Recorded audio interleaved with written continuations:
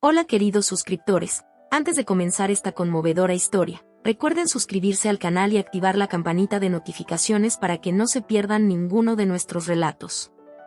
También, si esta historia los toca el corazón, denle like para ayudarme a seguir compartiendo estas historias que tanto significan para ustedes. Ahora prepárense, porque lo que van a escuchar cambiará para siempre la forma en que ven a las personas que aparentemente nos odian. Mi nombre es Carmen, y durante toda mi infancia y adolescencia, mi madre desarrolló una extraña aversión hacia Lucha Villa. No era solo que no le gustara su música, era algo más profundo, más visceral. Cada vez que la cantante aparecía en televisión o sonaba en la radio, mamá hacía una mueca de disgusto y cambiaba inmediatamente de canal o estación. Crecí en una pequeña ciudad de Sonora durante los años 80, en una época donde Lucha Villa estaba en la cúspide de su carrera. Era imposible escapar de su presencia mediática. Sus canciones sonaban en cada fiesta, en cada celebración familiar, en cada palenque de la región. Pero en nuestra casa, el nombre de Lucha Villa era prácticamente tabú. Mi madre, Esperanza, había sido en su juventud una mujer extraordinariamente hermosa. Tenía unos ojos verdes intensos, una figura esbelta que llamaba la atención por donde pasara, y una gracia natural que la distinguía entre todas las mujeres del pueblo. Había trabajado como secretaria en una oficina gubernamental, pero siempre había tenido sueños más grandes, aspiraciones que iban más allá de la vida provincial que llevaba. Recuerdo vívidamente las tardes cuando mamá se sentaba frente al espejo de su tocador, observándose con una mezcla de melancolía y frustración. Se quedaba ahí por largos minutos, analizando cada línea de expresión, cada cambio que los años habían dejado en su rostro. Era como si estuviera buscando algo perdido en su propio reflejo. Cuando yo tenía 15 años, encontré por casualidad una caja de fotografías viejas en el armario de mis padres. Entre las imágenes familiares habituales, había una serie de fotos profesionales de mamá que me dejaron completamente impactada. Eran retratos glamorosos, tomados por algún fotógrafo profesional, donde mamá lucía vestidos elegantes, maquillaje impecable y una expresión de ensueño que nunca le había visto en persona. En una de las fotografías, mamá aparecía con un vestido de charro bordado en dorado, con el cabello peinado en un estilo muy similar al que usaba Lucha Villa en sus presentaciones. En el reverso de la foto, con la letra temblorosa de mamá, estaba escrito, para el concurso de talentos estatal, 1974. Esa noche confronté a mamá sobre las fotografías. Al principio se mostró evasiva, pero finalmente se derrumbó y me contó una historia que yo nunca había imaginado. Resulta que en 1974, cuando mamá tenía 23 años, había participado en un concurso de talentos a nivel estatal que buscaba nuevos valores para la industria del espectáculo. El premio era un contrato discográfico con una disquera reconocida y la oportunidad de grabar un álbum completo. Mamá había preparado durante meses su participación. Había tomado clases de canto, había invertido todos sus ahorros en vestidos apropiados, había ensayado canciones rancheras con la esperanza de seguir los pasos de sus ídolos como Lola Beltrán y Amalia Mendoza. Su sueño era convertirse en cantante profesional, viajar por todo México llevando su música, tener el reconocimiento y la fama que siempre había deseado. El día del concurso, mamá se presentó con toda la confianza del mundo.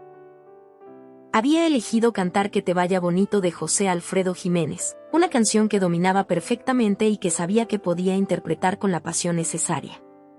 Su actuación fue impecable, el público la ovacionó de pie, los jueces la felicitaron, y todo parecía indicar que tenía grandes posibilidades de ganar. Pero ese mismo año, una joven cantante de Chihuahua llamada Lucha Villa estaba comenzando a hacerse famosa a nivel nacional. Su voz poderosa, su presencia escénica arrolladora y su carisma natural la habían catapultado rápidamente al estrellato. Sin que mamá lo supiera, los organizadores del concurso habían invitado a Lucha Villa como juez especial y artista invitada. Cuando Lucha Villa subió al escenario esa noche, todo cambió. Su interpretación fue absolutamente demoledora. Cantó con una fuerza y una autenticidad que opacaron a todos los participantes, incluyendo a mamá. La diferencia de nivel era abismal. Mientras mamá tenía técnica y dedicación, Lucha Villa tenía ese algo indefinible que separa a los artistas buenos de las verdaderas estrellas. Mamá no ganó el concurso. Ni siquiera quedó entre las finalistas.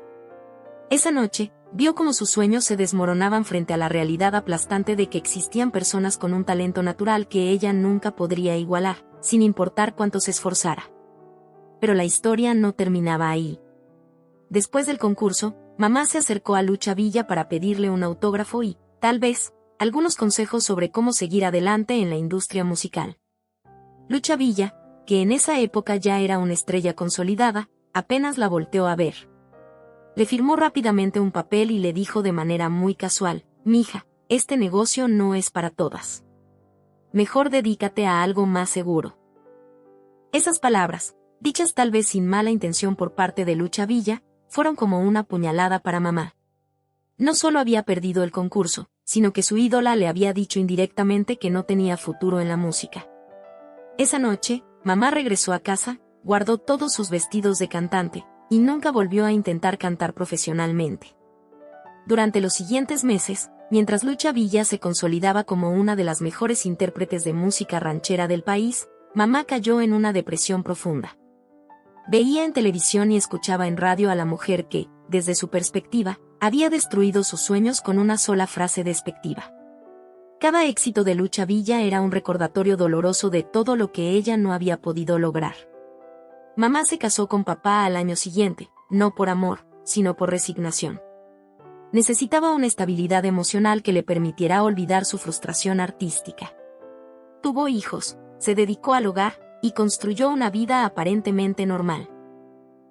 Pero nunca pudo superar el resentimiento hacia Lucha Villa. Años después, cuando Lucha Villa sufrió aquel terrible accidente durante su cirugía estética que la dejó con secuelas neurológicas y la obligó a retirarse de los escenarios, mamá no mostró ni una pizca de compasión. Al contrario, parecía sentir una satisfacción silenciosa, como si finalmente la vida hubiera hecho justicia.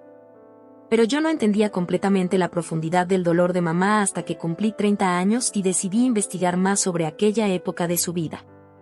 Contacté a algunas personas que habían estado en el concurso de talentos y descubrí detalles que mamá nunca me había contado.